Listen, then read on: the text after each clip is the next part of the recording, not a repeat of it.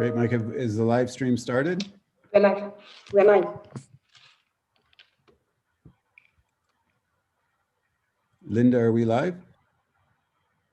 Yes, we're live. Okay, great. Then we will start now. Good afternoon, good morning, good evening, wherever you are in the world today. It's my honor to welcome you to this very exciting launch of the first ever Global Rangelands Atlas.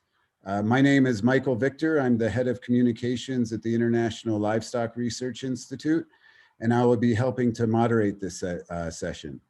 This is a collaborative initiative, a really incredible initiative from ILRI, the International Livestock Research Institute, the International Union for Conservation of Nature, IUCN, the Food and Agriculture Organization of the United Nations, FAO, and the World Wildlife Fund for Nature, the United Nations Environment Program, and the Global Rangelands Initiatives of the International Land Coalition. So it's a really broad coalition of a great group of organizations and people.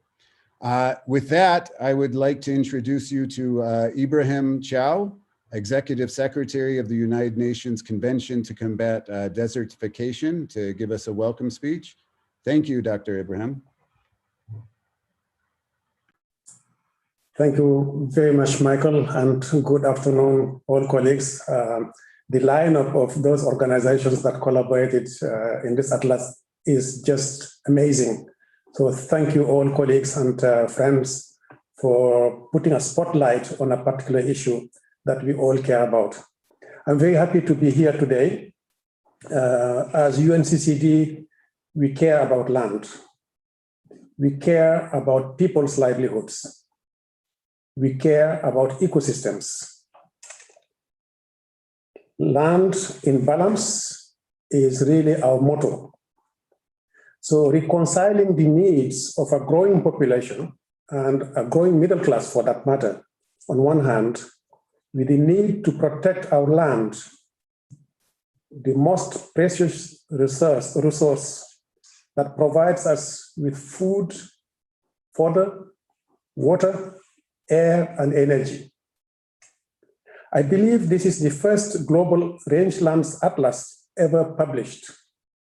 Rangelands are social and economic systems as much as they are ecosystems, which makes them harder to define.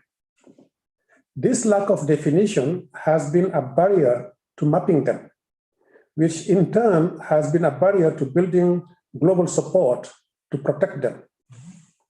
The atlas shows that rangelands dominate the drylands, making them hugely important to the UNCCD. If we do not understand land degradation in the rangelands, then we are likely to see investments that are biased towards other land types. Or even worse, we may see investments that are blind to specific conditions of rangelands, ending up being harmful to its systems. The lack of proper investments in rangelands is a challenge we should address head-on, starting with the way we communicate. Our narrative about rangelands is rather reductive. Rangelands, grazing lands, pastoral lands, all these terms suggest that these lands are only used for domestic animals. Is this entirely true? Some say rangelands are degraded lands, therefore they are not worth investing in. I'm sure the atlas will debunk that myth. Think about the beautiful national parks and landscapes where tourism is thriving, where big businesses are being made. Are rangelands not a big part of the climate solutions? Are rangelands not biodiversity reservoirs and hotspots? When the extractive industry operates in areas that are rangelands, the land is called something else. I'm reminded of the late Tagi Farvar's 10 myths on mobile pastoralism. Among the myths he argued at that time should be debunked, I choose the following. 1, Pastoralism is an archaic form of production not adapted to modernity. 2, all conflicts are caused by pastoralists. 3, rangelands are degraded because of overstocking and overpopulation. 4, pastoralism destroys biodiversity and leads to desertification. 5, pastoralists overgraze their land. These are all wrong assumptions that are not proven by science. What is generally accepted, though, is that investments in rangelands are low, that the economy of pastoralism has attracted much less policy attention and therefore less political interest, that hundreds of millions of pastoralists from around the world are calling or are actually crying for more attention, more care, more investments. Dear friends, mapping the rangelands is only the first step in ensuring they are sustainably managed in line with the LDN target, land degradation neutrality targets.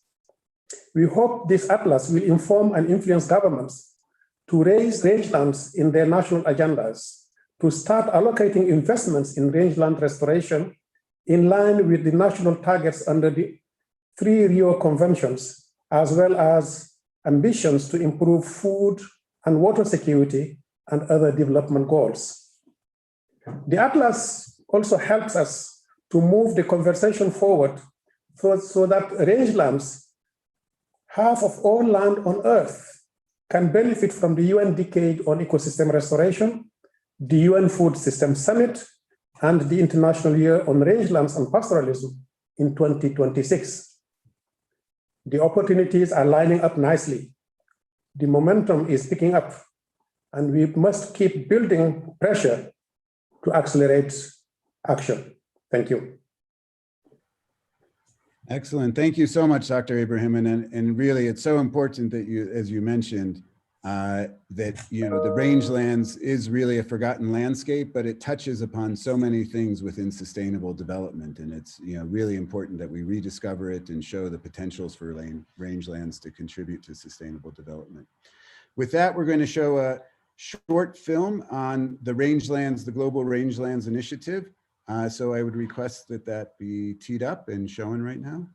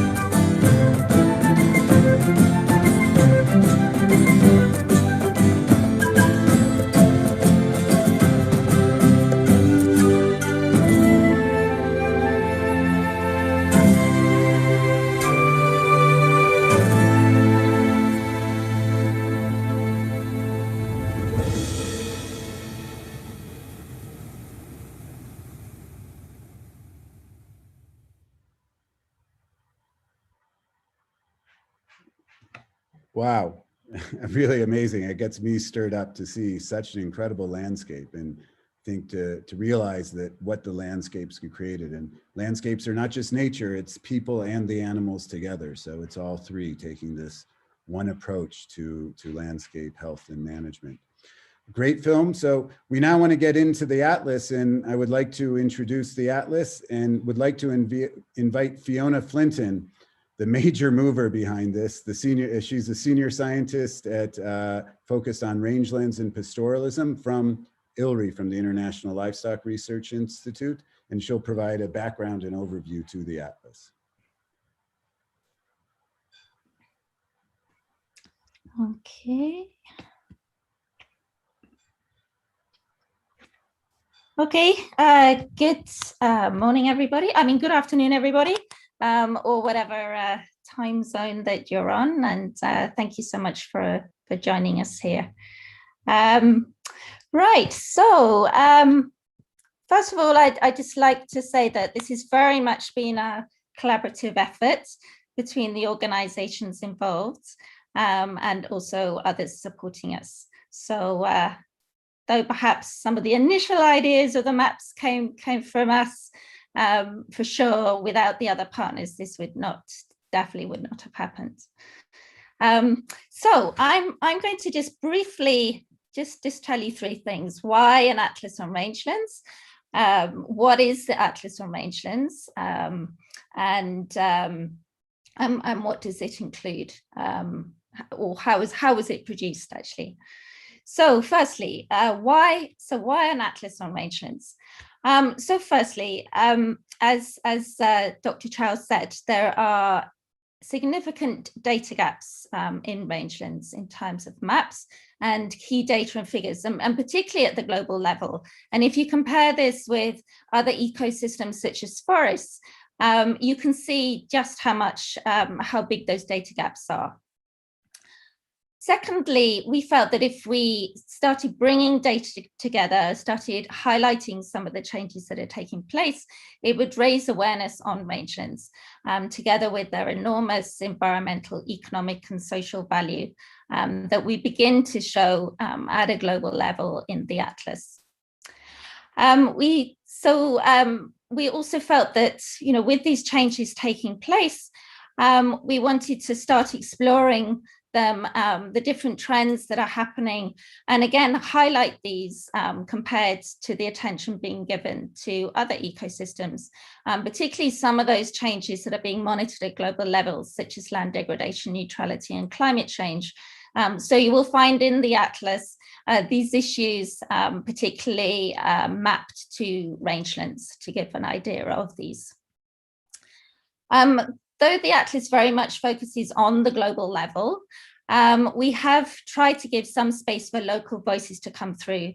So each map is accompanied by one case study from the local level, either from a local pastoralist or someone working in pastoral systems, or organizations that are supporting them or working towards biodiversity conservation, etc.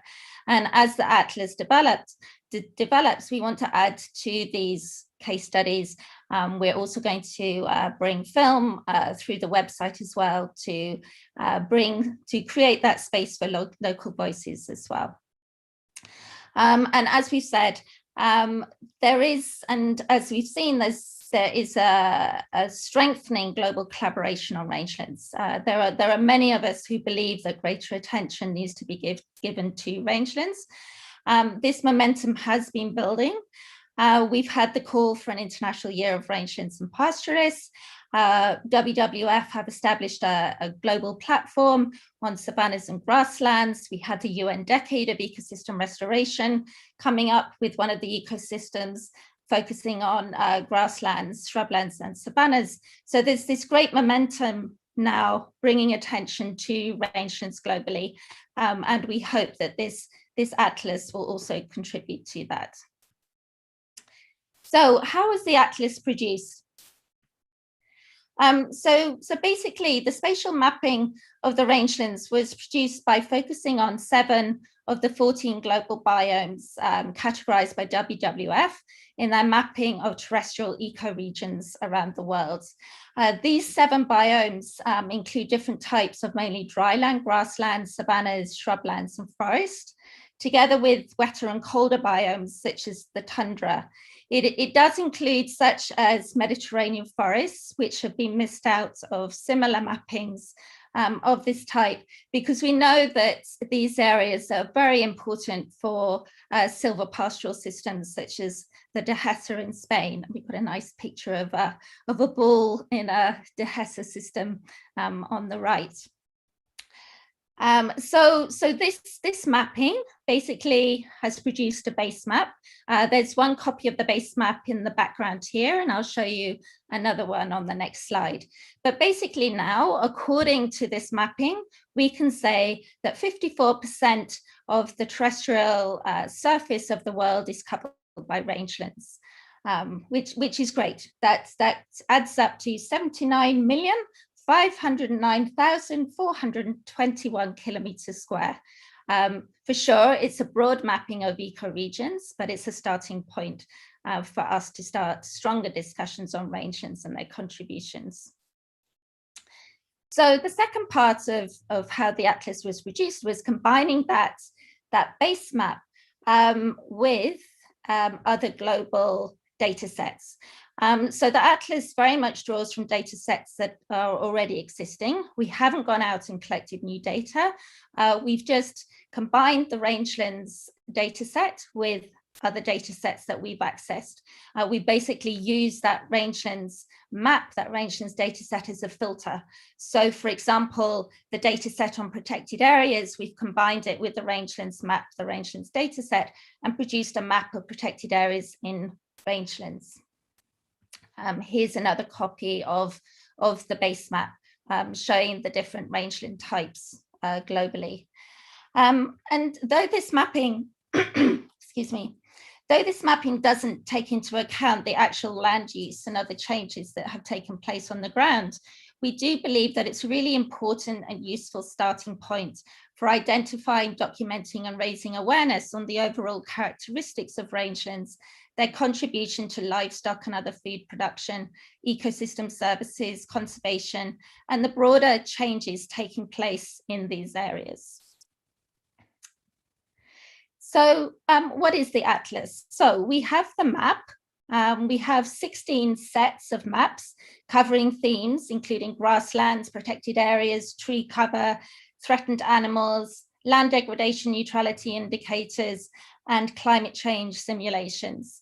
As well as the map, on each page, you'll find some key data that has been produced from the map. So this is data coming out of the combination of the data sets. There's a story from the field, our attempt at trying to bring some local voices forward, an explanation of terminologies used if that's required. As said, we've been very much reliant on the accuracy of the data sets that we've accessed, but they're all data sets that are out there in the domain that have been scientifically proven, etc.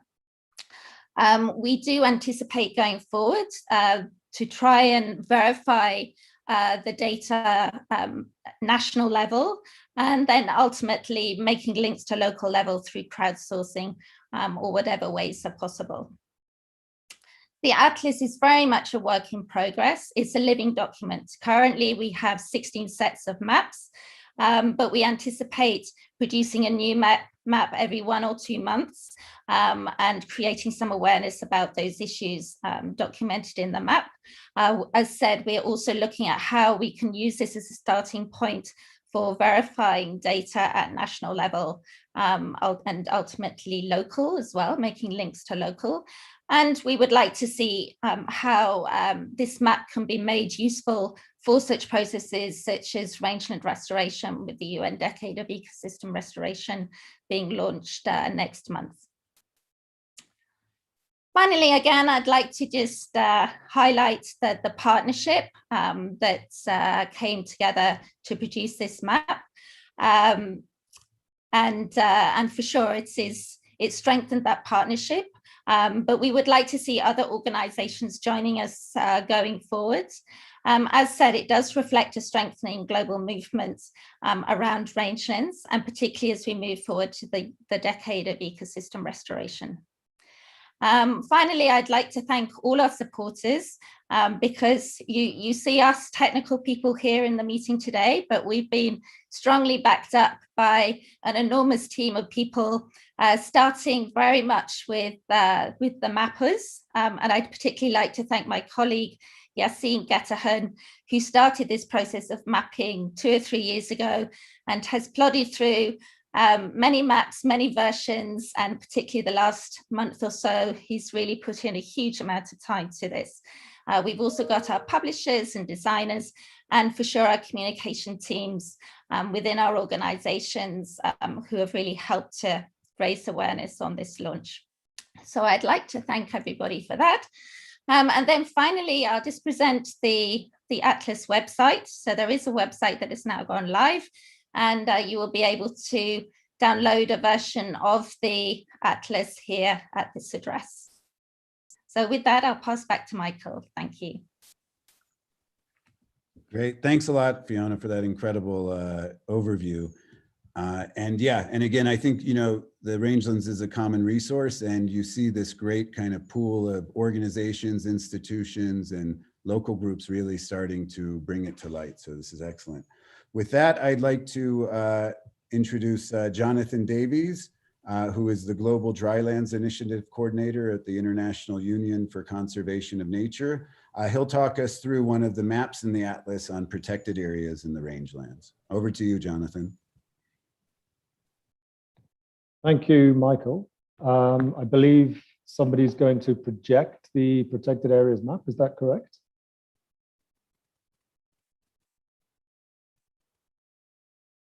Fiona or Linda, is anyone going to project the map that I'm supposed to present? Wasn't going to, but no problem. We can do that.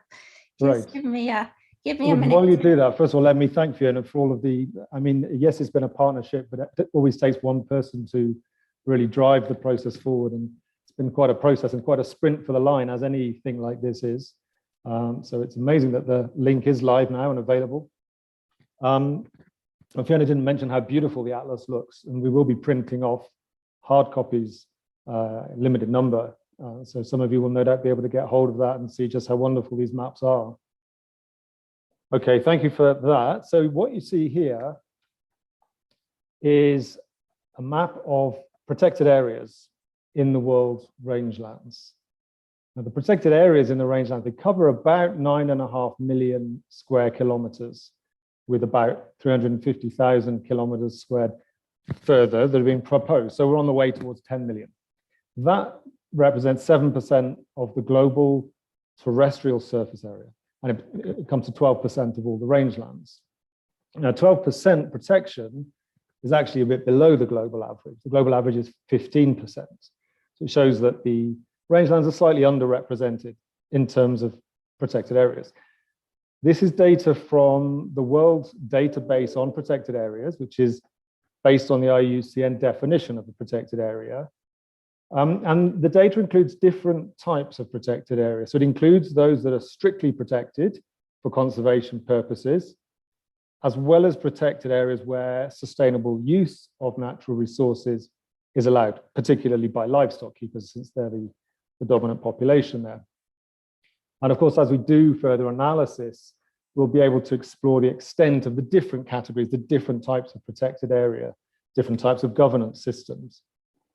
The World Database on protected areas, it includes all of the recognized governance categories of protected areas. So they can be government managed, like typical national parks. They can be co-managed, they can be privately managed, or they can be community managed areas. Now, it is our expectation that a large area of the rangelands may be under sustainable management by pastoralists, and therefore could, without too much extra effort, be recognized as protected areas. And in the Atlas, the case study that accompanies this map looks at or talks about indigenous people's rights and nature conservation. It looks at the practice of pastoralism within the Racer National Park in Norway, which is quite an inspiring case, and it shows how we could really replicate those kind of experiences around the world. We anticipate that community-governed protected areas are likely to be underrepresented in the rangelands. That's something that needs deeper investigation, but that would be a priority for us in IUCN. Thanks to the Atlas, as Fiona said, this is the kind of analysis that is now possible. And so it's something that we will be taking forward. Last thing I want to say is we have the CBD, the Convention on Biodiversity Conference of the Parties, takes place later this year in China, in Kunming. And this is our opportunity to set a post-2020 biodiversity target that goes beyond just looking at the total coverage of protected areas. And we can then use data like this to ensure that the different ecosystems, like the rangelands, are all adequately protected. Thank you. Excellent. Thanks a lot, Jonathan. That was excellent. With that, we're going to hand it over to Vivian Anyango, who is an agriculture officer as part of the Global Project Coordinator and Policy Advisor to the United Nations Food and Agricultural Organization. So over to you, Vivian. Great. Thank you so much, Michael. I'm relying on Fiona to project the map, please. So I'm going to talk about the map on livestock production in rangelands, just as we wait for the map to come up. We've already heard that about half of our terrestrial land is covered by rangelands. In this particular atlas, we are putting the figure at 54%. However, one exciting figure that is also coming out is within this, 84% is used for livestock production. So that's approximately 45% of all terrestrial surface. As you can see from the map, it's evident that livestock production in the rangelands is pretty much found across all continents. And 46% of this actually is spread across in areas considered to be arid areas. So arid areas typically are not very conducive for crop production, for example, because they suffer from a particular, I would not say suffer, but they are typified by a low moisture content. So the agroecological conditions make extensive livestock production the most optimal production option. In all these countries and in all these regions, livestock production is mainly done for economic purposes. However, it is also a way to manage rangeland. So this is something that is important that we have to keep bearing in mind as we go forward. And I think I saw a question in the chat already asking about the extent of rangelands that we can consider to be biologically benefiting from grazing. So I would say the entire 46% of the terrestrial land that is currently being used for extensive livestock production, one way or another, is actually benefiting from benefiting ecologically from livestock production. And this, you can look at it in different ways, whether it's the sward effect from grazing that is helping new grass to form, or even the role of livestock as pollinators. So what we have done in this case study, we have, in this particular map, we have zoomed onto a case study from Tunisia. And in Tunisia, we are looking at the different livestock herds that are being kept. As you can see in the entire map, we do have different livestock herds kept. So, you know, we have camels, we have goats, we have sheep that sort of help to optimize the heterogeneous nature of rangelands. So in Tunisia, most of these livestock are found in arid and semi-arid areas. Usually the rainfall is about 200 millimeters annually. But meat production from these areas delivers about 16% of agricultural GDP of Tunisia. So it's very important. However, we also know that rangelands suffer from some forms of land degradation, and Tunisia is not exempt. So The main causes of land degradation in Tunisian rangelands, which threaten livestock production in these areas, are mainly due to land use change, reduced mobility, and fragmentation of lands. So just as our opening speech, we heard that there are opportunities, especially within the different frameworks that are happening now. And so we're looking at all these opportunities around restoration, and livestock can play a very important role in addressing land degradation. So what we want to put forward as well is that better livestock management, strengthening of governance structures are also integral and part of rangeland restoration, rangeland rehabilitation, but more importantly, better livestock herd management and strengthening governance, for example, can help to avoid degradation. And degradation is always cheaper than actually recovering from degradation, whether it's restoration or rehabilitation. So we do believe that this atlas can help us to make this particular interventions. And the atlas is a pointer, for example, to where livestock production is happening, which areas are under threats of degradation, and what needs to be done. Just in closing, I would also like to emphasize that always this needs to be done together with local communities, taking into consideration their traditional uses of the land, but mainly also their management objectives of their land. Thank you very much, Michael. Back to you. Excellent. Thank you very much, Vivian. That was great. And again, I think important that you highlight that, seeing livestock and livestock management is part of the solution and not just the problem, and it can contribute to landscape restoration. That's excellent. I see a lot of great questions and conversations going both in the Q&A and in the chat, so please keep them coming. We will have some question and answer later on in the session. With that, I'd like to introduce Dr. Abdulkar Bensada, who's the Program Management Officer at the Terrestrial Ecosystem Management and Integrated Landscape Approach program of the United Nations Environment Program. He'll take us through the map on rangelands affected by 3 climate thresholds and accompanying case study. Over to you, Abdulkar. Thank you very much. Thanks, Fiona, for projecting the map. In fact, the map about the rangeland affecting the threshold climate, 3 climate threshold. As we know, though the rangeland play an important role in climate regulation, estimating 30% of world soil carbon is stored by soil. However, still climate change has a significant impact and a negative impact on rangeland, and because of climate change, so species are not anymore able to be adapted in certain conditions.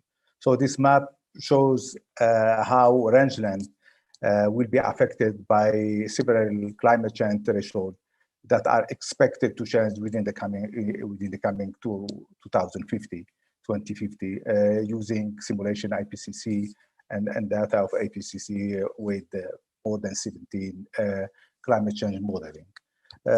So the map shows that 20% of loss of GLP, which is the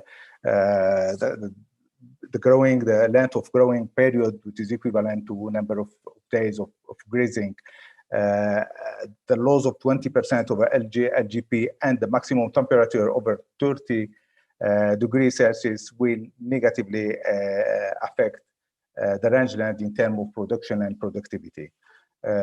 While the third threshold, which is the temperature over 8 degrees Celsius, may affect positively the rangeland in terms of extension of the season grazing area or the suitable area for rangeland. So overall, the data coming from this study show that it's predictable that 27.7%, equivalent to 22 million of kilometers square of rangeland, will be affected by climate change. It also shows in details on each of the rangeland, kind of rangeland, the type of rangeland from tundra to tropical and subtropical grassland to grassland and savanna. How are the percentage of areas affected by climate change, and how many kilometers square are being affected. Just to give you the example of tundra, which is 56.4% of tundra would be affected by climate change with the change of this threshold by 2050. With this map, we associated with the case study from Jordan. As you know, Jordan is one of more sensitive countries to climate change, to the high temperature and low precipitation, less than 200 millimeter per year, and scarcity of water make it very sensitive to climate change. And this will be with the modeling for the climate change modeling of Jordan. We have more more temperature increasing and less precipitation, up to 20% in the coming 50 years. And this will have negative impact in terms of drought, desertification, and the forest degradation, dieback, etc. So community of Bedouin from the Badia, which is the rangeland area representing more than 80% of Jordan, have been revitalizing or reinstalling practices, very old and centuries practices of rangeland, what we call hima. In Arabic, it means protected place. It used to be practiced in the Arabic Peninsula, regulated by Islamic law. Is the best way how to manage sustainable, limited resources that they have in this region. And it has been practiced in the last few years and adopted by the government, and the results are really fantastic, with increasing biodiversity, and many species are coming up in these areas. And this has been adopted as a response to climate change and to conservation of their natural resources. I really appreciate all the team for their contribution to this atlas, which in part contribute to the UN Decade on Ecosystem Restoration, but also to the UNEA request on 2017 about doing the gap analysis, which we have been come up that many information still missing. Data on rangeland is missing, and we need more data that we could be used for stakeholder, for decision maker, to inform and to sustain towards sustainable rangeland management. So this is very useful information, and over to you. Thank you, Fiona. Excellent. Thank you very much, Dr. Abdulkar. And thank you all the speakers. I think that really gave us a much more granular bird's eye view of what the Atlas is about and some specific examples. So thank you, everybody. With that, we're going to now have a short video. We're going to hear from partners through a short video. So from a number of the partners that have also been involved. Linda, can we tee that up now?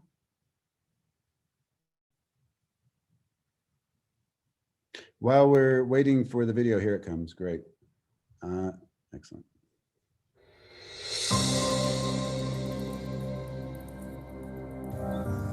Rangelands include some of the Earth's most precious habitats and biodiversity, and they support the livelihoods of millions of pastoralists who have a strong tradition of nature conservation.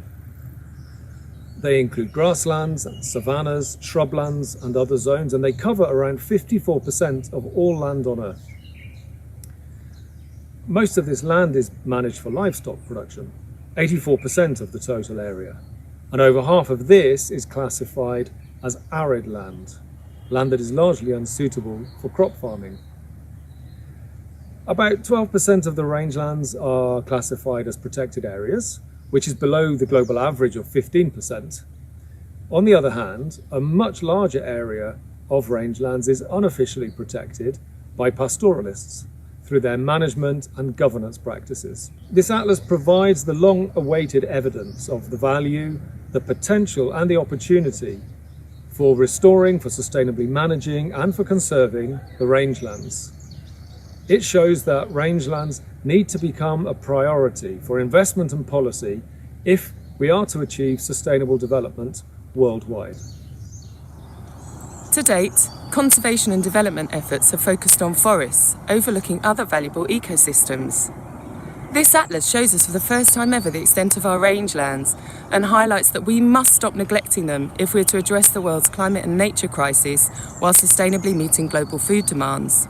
Protection, management and restoration of these rich and varied ecosystems that make up our rangelands is fundamental, and their relevance must be reflected in the global conservation agendas. Preliminary set of maps fill in the key data gaps. They support everyone who is working on sustainable pastoralism and rangeland management. The maps also contribute to the implementation of the UN Decade on Ecosystem Restoration and help decision makers to decide where to implement restoration and prioritize restoration in the rangeland areas. Rangeland help keep carbon on the ground and offer necessary space for renewable energy like wind and solar, whilst hosting diverse ecosystems and endemic species. This makes them important for the 3 Rio Conventions and ultimately for achieving the SDGs. We must protect and restore rangelands while securing the livelihood for millions of people, including pastoralists who are the custodians of these lands. The Atlas is a valuable tool to gather data and to experiment with participatory forms of mapping, together with the pastoralist communities in the ground. The world's pastoralists, estimated to be around 200 million people, need to be heard, supported and recognized for the role in caring and sustainably managing rangelands. Therefore, they must be part of the solution to the critical environmental situation that we find ourselves in. For the first time ever, we have an accurate understanding of how much of our planet's land is covered by rangelands. So far, conservation and development efforts have focused mostly on forests. We now know that rangelands should also receive increased attention. If we're to have any hope of achieving climate, nature, and food goals, the management and use of rangelands must be addressed at the highest levels.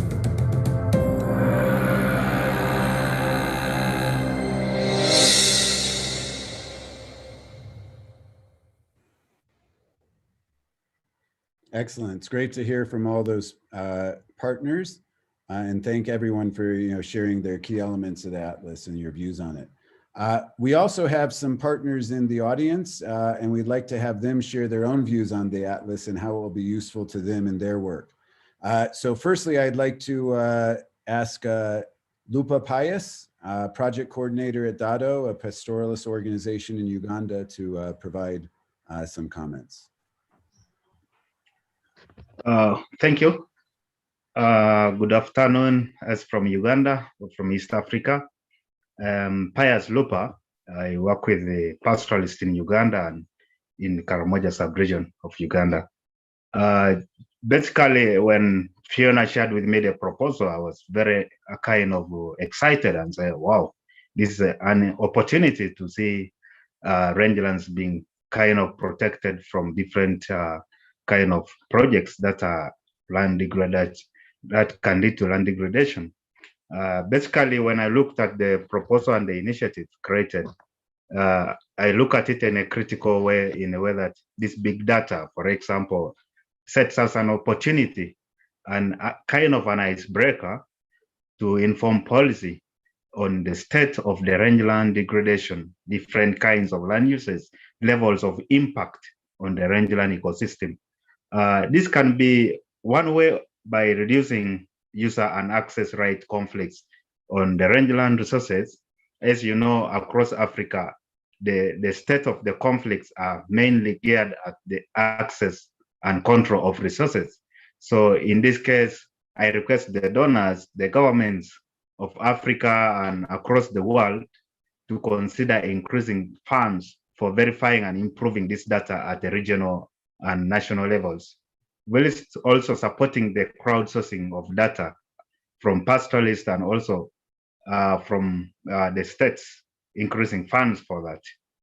I think for this important occasion, I would like to thank the team from ICN, ILRI, FAO, WWF, the Nature Conservancy, and other supporters like HLC for taking this opportunity to begin the process. And I pray the governments across the world will take charge and also support the International Year of Rangelands and Pastoralists. This could be an opportunity to increase the Rangelands initiative.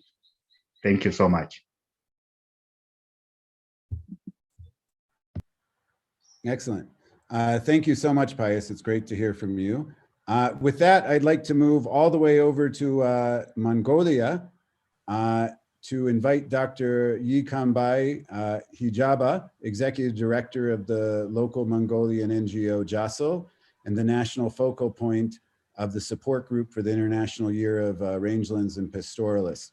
He will speak on behalf of Dr. Batmunk, Government of Mongolia and government focal person for the International Year of Rangelands and Pastoralists. Over to you, Dr. Hijaba. Thank you, Chair. Good afternoon, everyone. Please let me make a statement on the behalf of Dr. Batmunk, Director General of Livestock Department of the Ministry of Port Agriculture and Light Industry of Mongolia. More than 75% of territory of Mongolia is classified as rangelands. We hope that this rangeland atlas will have great impact on raising awareness for the environment, economic, and social value of rangelands. Also, it will significantly benefit for the proposal of Mongolia for an International Year of Rangelands and Pastoralists, which is aiming to increase a worldwide understanding of the importance of rangelands to global food security and environmental services.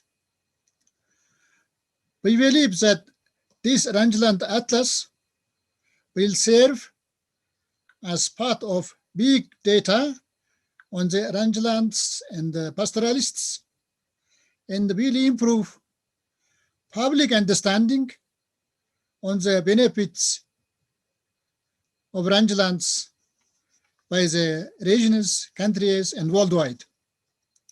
Finally, I want to congratulate and wish for Bush's success to our colleagues from ILRI, as well as supporting donors, IUCN, UNEP, ILC, FAO, CGR, and WWF, and others for this first Rangeland Atlas.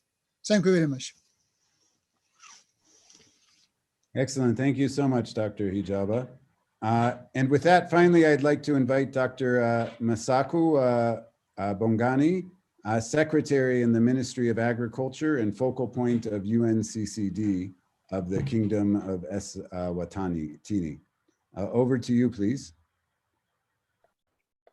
Good morning, good afternoon, good evening to you all. My name is Bongani Masugu from the Kingdom of Eswatini.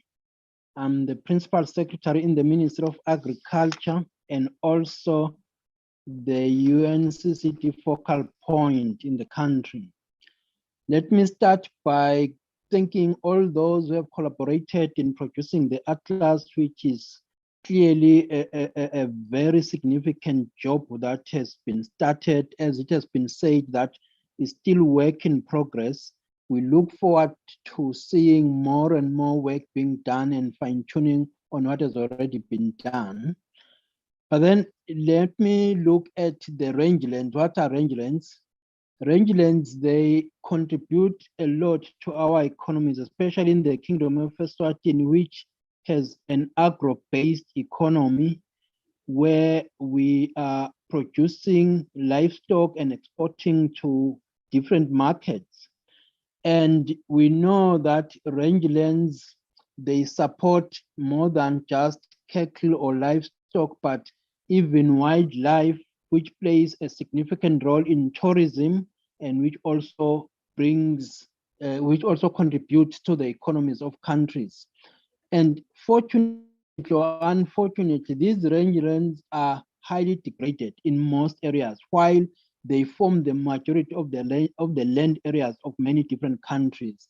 So with that, they form a very significant part of our economies. The atlas that has been produced to us is one of the tools that are required in planning and managing these rangelands, which are so key to us. So it's important that, as I've said, we depend on agriculture, and rangeland form part of our agricultural systems and tourism. It is therefore important that we need to look closer at the rangelands, the way they're being managed. So they are a global issue, because right now is sort of like ad hoc arrangement, interest-based initiatives. But I believe that we need to reconsider this as a global issue, and it requires international commitment and international recognition. I know that from the side of the UNCCD, under the LDN project and degradation neutrality, the rangelands are also part of the areas that we work on, try to see how the degradation is taking place. How can we manage them to make sure that they form part of the land degradation neutrality targets? So with those few words, I think I would like to welcome the work that has been done, and hope that eventually the issue of rangeland will do get the international recognition and have a home where things will be managed. I thank you. Thank you all. Thank you very much, Dr. Masuku. That was great. Now we're going to be turning to we've got a lot of great questions from the audience. I don't know if we're going to be able to answer them all, but we will take a few right now. In terms of speakers, Jonathan, Vivian, Fiona, Dr. Abdulkar, maybe you guys can come on and fight it out as to who's going to answer the questions and see who's most appropriate for it. Our first question comes from Kaisa Rasari Salin. How much of the rangelands and grasslands can be considered to biologically benefit from grazing? And can intensively managed pastures be separate? And can intensively managed pastures be separated from semi-natural pastures in maps and quantifications of areas? Is there someone who would like to answer that one? Kind of looking at how much can we benefit from grazing, and can we separate out? Yeah, go ahead, Jonathan. I can give it a try. So these are the sorts of levels of detail that are a little bit hard to overgeneralize at the global level. Simple answer to that. A question like, which lands benefit from grazing? I mean, rangelands, many of those areas, almost by definition, are areas where there's this coexistence between grazing animals and the vegetation, the plant community. So in many of those lands, the grazing management is critical. Most of those lands are semi-natural. If you consider 84% of them support livestock, then to some extent they've been modified through many years of livestock grazing, sometimes enriching biodiversity. And we still need to understand that better. I think the answer, and probably the same answer will be repeated to several questions, and including many of the questions about gaps in the maps, is that a global map serves a very particular purpose in terms of putting a spotlight on an issue that's been absent from the discourse. It's the first map, not the last map, so of course there will be gaps. And as you zoom in, you'll start seeing the details, and you'll see that there are some discrepancies. But without this global map, it's very hard to get started. So that's what we will be working on, as Fiona said, as we develop more maps. They'll not only be global layers, but there'll also be regional and national zooming in to understand what's going on much better. And I think at that point, it'll be easier to answer some of these questions about what are the gaps, how are these different rangelands, how do they differ? Okay, excellent. Well, the second question relates to kind of what you said, because there's so much to do. This is the first ever. And we had a question from Johannes Piponen, from a PhD student from Finland who's working on grasslands and carrying capacity. And his question really is, what would be the most important thing to be investigated next? Maybe Fiona, do you want to take that one? What are some of the priorities for next steps and next types of mapping? What have we got in the pipeline? We've got one on land deals, combining with the land matrix data. We've got one on conflicts, combining with ACT-led conflict mapping. These are big data sets that we've identified already, but any other ideas about big data sets that we can bring in and that are available, we'd be very happy to hear. Basically, if we can access a data set, we can map it to the rangelands. And I just add here that I've seen a question about, will the maps be available to kind of download as GIS data? The answer is no. Well, certainly not at the moment, because basically we've had permission to access the data sets as a data set. We haven't produce the data sets ourselves. So basically we're bringing in someone else's data set and combining it with the Rangelands one and producing a map. We don't have permission to open access to the original data sets.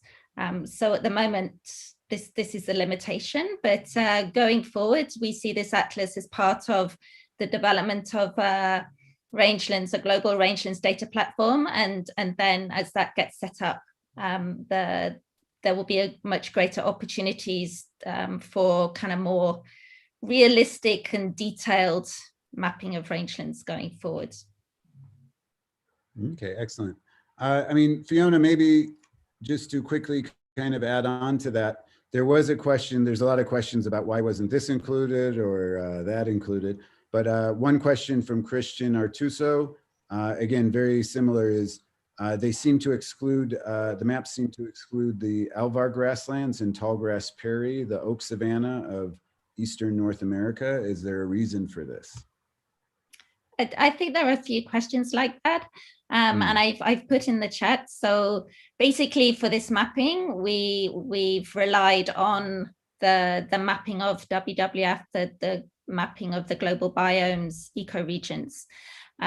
So if they're not being included, then they're not being listed under those 7 biomes that we've listed. So they're either coming under forests or mangroves or whatever else we've missed. I think it's mainly forests and mangroves.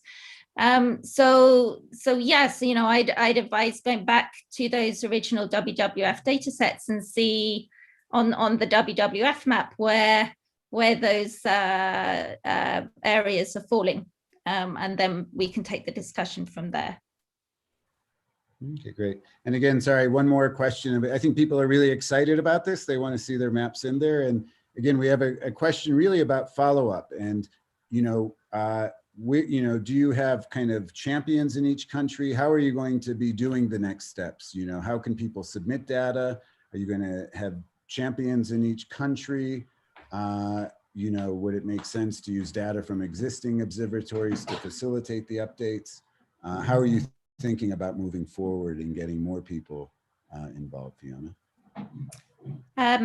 Okay, yes, again, I think as the global rangelands data platform gets established, we'll have a better idea of how best this can be handled.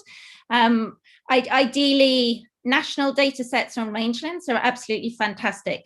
And I think for sure we can start incorporating these now, but anything smaller than that would obviously be a mammoth task in itself, you know, trying to collect data within a country. But if there are national maps of rangelands, I heard one mention about Nepal, then that's great. You know, this would help starting putting the jigsaw pieces together for sure. And as I flagged in the chat, one great platform for these discussions is the WWF Grasslands and Savannas platform. Within that, there is a working group on mapping, and data. And that will be definitely a place where we will discuss this and how best to take this forward.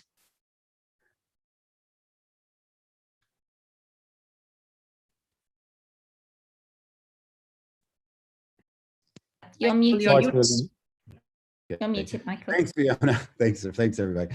Thanks. I think we're going to end the questions here. And again, this is great. I think it's excellent to see, a long journey starts with a first step, and this mapping and this, was a first step of something that was a real big gap in the data of ecosystems and landscapes. So there's a lot to be done, and it's great that everyone here is excited to get more maps into that. So with that, I'd like to welcome Dr. Martina Fleckenstein, Global Policy Manager of Food and Practice at the Worldwide Fund for Nature, WWF, to kind of close us out and provide some final reflections. Over to you, Tim. Thanks, Michael, and thanks for everybody for these great and inspiring presentations today, and thanks to everybody who have contributed to the Atlas. We heard many interesting facts about the importance of rangeland, the importance of rangeland for biodiversity, for climate, and especially for the livelihood of people. And we learned that rangelands cover 45% of terrestrial land, but only 12% is protected. The Rangeland Atlas was developed to document and especially to raise awareness. And I think with this event now, and there will be a follow-up next week during the Global Landscape Forum, we have already do the first step to raise awareness of the enormous ecological, economic, and social value of rangelands. We raised awareness for its beauty, its uniqueness, and also the exceptional biodiversity and importance as livelihood for millions of people. And the Rangeland Atlas provided a very important database. Even it's still at a global level, but it's the first of its kind to comprehensively map rangelands globally, and the base for strengthening effective protection, sustainable management, and new ways to restore degraded rangelands and grasslands. And I want to emphasize that this year is an important year with huge opportunities to bring rangelands in the focus of policy decisions. Rangeland and grassland must be integrated into all government and private sector commitments and especially actions. They need to be included in the conservation commitments, and there will be the new global biodiversity framework, and they have to be integrated in climate commitments, such as the government's commitments under the Paris Agreement, the national determined contribution, and the land degradation neutrality targets of the UNCCD. So having this opportunity, I really want to ask you and to call on to bring this in the summit, in the UN Food System Summit, the biodiversity, the climate conference, and the conference to combat desertification, which will take place in 2022. As already mentioned, the Rangeland Atlas is not the end of the journey, but it's the beginning of an important one. And we all want to ask you to participate and to join us on this journey. For changes on the ground, we need collective action, we need political will, and we need sustainable investment for rangeland restoration, management, and protection. Let's do this together. And the time is now. And thank you to everybody who has contributed to this amazing Rangeland Atlas. Thank you so much, Martina. I think with that, we're going to close the launching. Remember to go to see the Atlas at the rangelandsplatform.org Atlas, /Atlas on the website. So with that, thank you, everybody, and we wish you the best.